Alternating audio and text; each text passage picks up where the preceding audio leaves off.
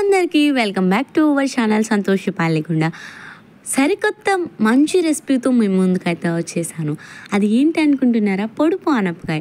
ఇది చికెన్ కర్రీకి మించి ఉంటుందండి. ఫ్రెష్ ఆనపకాయ లేత తీసుకుని చక్కగా వాష్ చేసుకుని మనం అట్లౌస్ ఉంటుంది కదా, సో దాంతో మొత్తం స్మాష్ చేసుకున్నట్లయితే ఎక్కడ స్పేస్ లేకుండా మనం చక్కగా హోల్స్ అనేవి పెట్టేసుకుని మనం పైన ఉన్న పీల్ మొత్తం తీసేసుకోవాలి.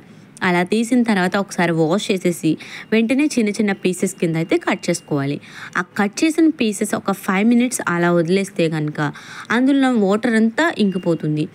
సో తర్వాత ఒక ప్యాన్ పెట్టుకుని అందులో ఒక 3 tablespoons ఆయిల్ అయితే వేసుకోవాలి. సో పీసెస్ వచ్చేసి అన్నీ ఒకే సైజులో ఉంటే కనుక చికెన్ పీస్కి మించి ఉంటుందండి. మీకు తెలియకపోతే కనుక ఖచ్చితంగా కర్రీ అనేది ట్రై చేయండి.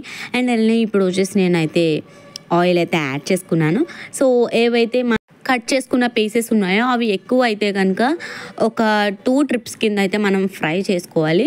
తక్కువ ఉంటే కనుక ఒక ట్రిప్లో అయితే మనం ఫ్రై చేసుకోవాలి. అది కూడా ఖాళీగా ఫ్రై చేసుకోవాలి.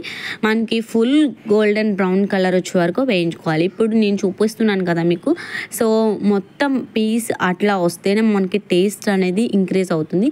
సో దీనికి వచ్చేసి నేను 2 onions అయితే తీసుకున్నాను. ఇది వచ్చేసి మెత్తగా గ్రైండ్ చేసుకున్నాను. ఇలా మసాలా వేసుకుంటేనే కర్రీ అనేది టేస్ట్ బాగుంటుంది.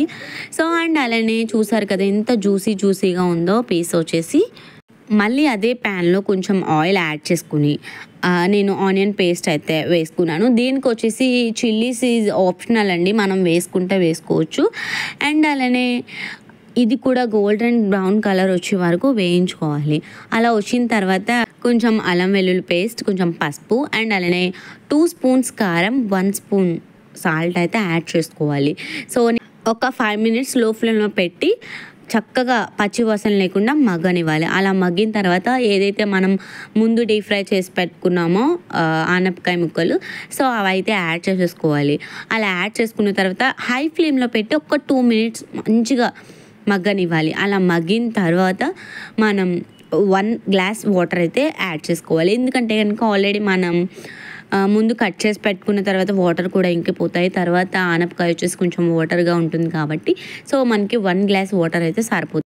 ముక్క పర్ఫెక్ట్గా కుక్ అయింది అనుకుంటే కనుక మనం 1 glass చింతపండు గుజ్జు కూడా యాడ్ చేసుకోవాలి. ఇది వచ్చి ఖచ్చితంగా వేసుకోవాలండి. ఎందుకంటే కనుక ఇలా మనం రవ్వ పులుపు పెట్టుకుంటేనే టేస్ట్ అనేది అచ్చు చికెన్ కర్రీ మటన్ కర్రీకి మించి ఉంటుందండి.